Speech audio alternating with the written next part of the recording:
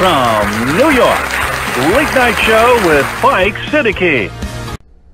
Assalamu alaikum. Sahibon, welcome to the show and my name is Faik Izhar Hussain Siddiqui.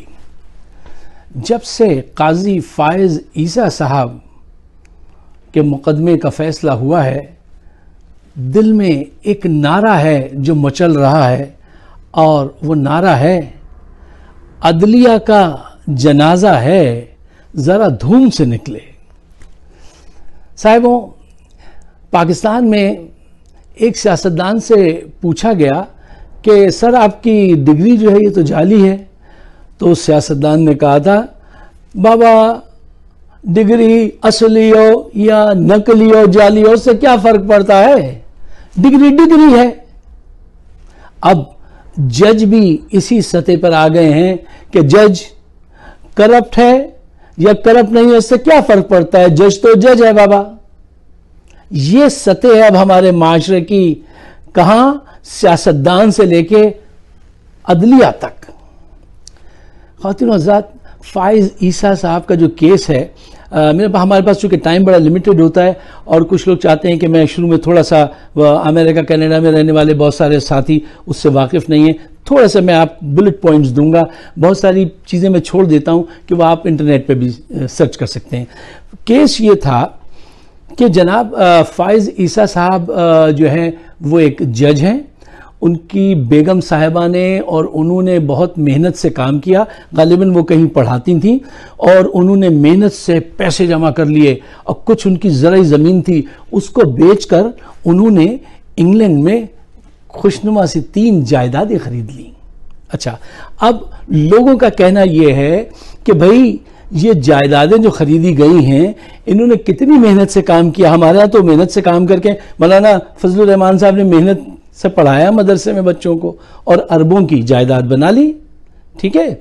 अच्छा, मरियम की कोई जायदाद ना पाकिस्तान में थी ना इंग्लैंड में थी। उनके जो शौहर हैं सफदर साहब, वो टोपियां बना के बेचा करते थे, उससे इतनी इनकम हो गई। तो यही कुछ सूरत हाल यहाँ पे भी नजर आई कि जज साहब ने कितनी मेहनत से काम किया, उनकी बेगम साहिबा ने भी काम किया स्कूल में और इतनी बड़ी रकम कमा ली। अच्छा, अब जब इसकी इन्वेस्टिगेशन शुरू हुई तो ये 2 साल में मुकम्मल हुई है। अच्छा, 2 साल तक वो मनी ट्रेल नहीं दे सके। अच्छा, देखिए, अगर आपके पास मनी ट्रेल हो तो 2 दिन में आप दे देंगे, 2 हफ्ते में दे देंगे, 2 महीने में दे देंगे। 2 साल तक उन्होंने मनी ट्रेल नहीं दी और 6 जजेस ने उनकी हिमायत में इस तरह से मुकदमा लड़ा, इस तरह से उनको प्रोटेक्ट किया कि एक जज जिस पे करप्शन का इतना बड़ा इल्ज़ाम है, जो पाकिस्तान में मुस्तकबिल में पाकिस्तान का सुप्रीम कोर्ट का चीफ जस्टिस मुकर्रर होने वाला है, उसको बचा लिया। इसीलिए मैं कह रहा हूं कि ये अदलिया का जनाजा है, ज़रा धूम से निकले। अच्छा ख़वातीन हज़रात, ये फैसला अदालत का, ये फैसला जो है तारीख में स्याह बाब में लिखा जाएगा। देखिए, उनसे 3 सवालात पूछे गए, बड़े बेसिक और बड़े अहम सवालात। पहला सवाल ये था कि ये फरमाइए कि क्या आप अपनी बीवी के इन अकाउंट से बिल्कुल लाताल्लुक़ थे। उनकी तरफ से कोई जवाब नहीं आया, जैसे हाँ लाताल्लुक़ थे। अच्छा, दूसरा सवाल, जो खतीर रकम उन्होंने इंग्लैंड भेजी, आपको उससे कोई निस्बत, कोई ताल्लुक़ था, पता चला? उनको पता नहीं चला, कोई जवाब नहीं है। अच्छा, जब ये जायदादें खरीदी गई तो क्या आपको कुछ पता चला? वो घर में रहते हैं, उनको कुछ पता नहीं चला, ये सब कुछ हो गया और वो कहते हैं कि ये मेरी नहीं, मेरी बीवी और मेरे बच्चों की जायदाद है। ठीक है ना। अच्छा, ये तो हमारे कौन सा हुक्मरान या कौन सा ऐसा किरदार है जो अपने नाम पे काम करता हो? इतना बेवकूफ़ कोई नहीं है। अच्छा, और कुछ अहम पॉइंट्स हैं जो मैं आपके सामने रखना चाहता हूँ। अच्छा साहिबों, जब उन्होंने इन 3 सवालों के जवाब नहीं दिए तो कहा गया कि ऐसा है कि अब ये 3 सवाल जो हैं वो सरकारी वकील के सामने रखते हैं कि वो इस पे क्या दलील देते हैं।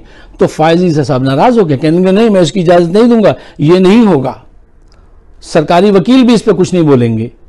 अच्छा, अब देखिए कितना वो डोमिनेट कर रहे थे उसने अदलिया को, और किस अंदाज से तकब्बुर नखुवत से वो वहाँ गुफ्तगू करते रहे, ठीक है ना, और सारे जजेस जो हैं वो उनके साथ मिले रहे। अच्छा, इस दौरान में एक बड़ी अहम बात हुई कि उनकी तरफ से एक बात कही गई कि जनाब ज़रा जस्टिस बंदियाल और जस्टिस मुनीब अख्तर साहब से उनकी जायदादों के मुतालिक भी सवाल कीजिए कि कितनी है। उनको भी उन्होंने वहाँ नंगा कर दिया। इस तालाब में सब नंगे हैं। पूरी अदलिया में शायद अगर आप गिने तो ये 5 है ना, 5 उंगलियां, शायद 4 या 3 लोग मिलेंगे जो इस काबिल हों कि उनको जज बनाया जाए। इस किरदार के लोग जज बनते हैं। नवाज शरीफ ने अपनी पसंद के 30 आदमियों को रिकमेंड किया था, वो इफ्तिखार साहब जो थे, वो जो चीफ जस्टिस थे, कि इनको जज बना दो, ठीक है ना। आपके यहाँ तो जजेस जो हैं, अभी एक लंबी बात है तारीख की, जस्टिस मुनीर से लेकर आज तक की बड़ी बड़ी बातें हैं। अच्छा, जस्टिस मुनीर का एक जल्दी से किस्सा सुन लीजिए। एक इब्रोही साहब ने अपनी किताब में लिखा है कि वो उनकी कब्र पे गए तो देखा साहब 2 जूते रखे हुए हैं, तो कोई आता है जूते रख के चला जाता है। तो एक दिन उन साहब को पकड़ लिया गया, बाबा जी से कहा गया, बाबा जी ये क्या करते हैं आप, यहाँ जूते रख के चले जाते हैं। तो वो बोला, ये ऐसा चीफ जस्टिस था, इसने मेरे बच्चे को मरवा दिया, मेरा घर उजाड़ दिया। अब ये जूते मैं यहाँ रख के जाता हूँ, इसकी कब्र पे मारता नहीं हूँ, फरिश्ते आते हैं वही जूते इसको मारते हैं। ये कैरेक्टर है आपके जजेस का। फिर मैं कहता हूं तो कहते हैं कि एहतराम से नाम लीजिए, इनके नाम एहतराम से लेना चाहिए। क्या मंजर ने कहा था, रेशमी लफ्जों में कातिल से ना बातें कीजिए वरना शाने लबे गुफ्तार भी गिर जाएगी। इज्जत से नाम लीजिए। अच्छा, अब देखिए, लुक ख़वातीन हज़रात, ये जब FBI क्या पाकिस्तान में होता है, FBR को जब ये काम सौंपा गया तहकीक कीजिए, तो वो सारे सबूत लेकर आए। अच्छा, अब वो सबूत जो है वो उनके साथियों ने जो है उसको एक तरफ कर दिया। देखिए, अगर आप एक अच्छा फैसला, सच्चा फैसला करना चाहते हैं तो आपके पास सच्चे हकायक होने चाहिए, सच्चे सबूत होने चाहिए। सच्चे सबूत होंगे तो सच्चा फैसला होगा। अगर सच्चे सबूत ही नहीं होंगे तो अच्छी इंफॉर्मेशन ही नहीं होगी तो आप सच्चा फैसला नहीं कर सकते। अच्छा, अब सूरत हाल ये है कि पाकिस्तान में जब कोई ऐसा मुकदमा आता है तो फिर एक बेंच बना दिया जाता है फैसला करने के लिए। अब देखिए, सच और झूठ के दरमियान में भी अगर जंग हो, मुकदमा हो, तो भी फैसला अदद की बुनियाद पे होगा। बेंच जो बैठा, अगर उसमें 10 आदमी हैं और 6 उनकी हिमायत में, ये इंजेक्ट कर देते हैं वहां अपनी पसंद के लोग, वो बैठे सुन रहे हैं केस। अच्छा, 6 अगर कह दें नहीं साहब, फायज ईसा साहब ने जो है दिन रात कोर्ट चलाया और बड़ी मेहनत से पैसे जमा किए और इनकी जमीनें तो इतनी थी कि वो एक हद निगाह तक, मतलब कितनी, मतलब जस्टिफाई कर दिया। वो 6 आदमियों की वजह से, जिनको तारीख अपने औराक में उनके नाम लिखेगी कि एक जज के करप्शन को इन्होंने कैसे सपोर्ट किया था और पूरे माशरे को क्या मैसेज भेजा था कि इस मुल्क में करप्शन करना जायज है अगर आप ताकतवर हैं। यह अब फैसला हो गया। इस फैसले के बाद ये बात तय हो गई कि पाकिस्तान में अगर आप ताकतवर हैं तो करप्शन करना जायज है। डिग्री जाली हो तो साईं क्या फर्क पड़ता है, जज करप्ट हो तो क्या फर्क पड़ता है।